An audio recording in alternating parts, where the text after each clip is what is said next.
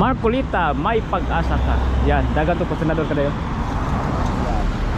Welcome to Bakaka Road. Flex lang ka na kadayo. Kata sa may Bakaka. Pakita lang ko ning Ion Tower. Ion Blue. Yan, kauban ni sa Ion Tower kadayo. Dali lang ni, mga around mga 90 seconds. Mo ni ang Ion Blue, kauban sa Ion Tower. Update lang, so 3 towers nang nabuhat. Hello. Muna ni ang Ion Blue sa may Bakaka Road, isa sa mga condominium nga gibuhat sa Davao. Ayan. Wow, get out. Tapo kayo kadayo. 3 building na ang nabuhat niya kadayo. Ayan. Hindi, taas na kayo.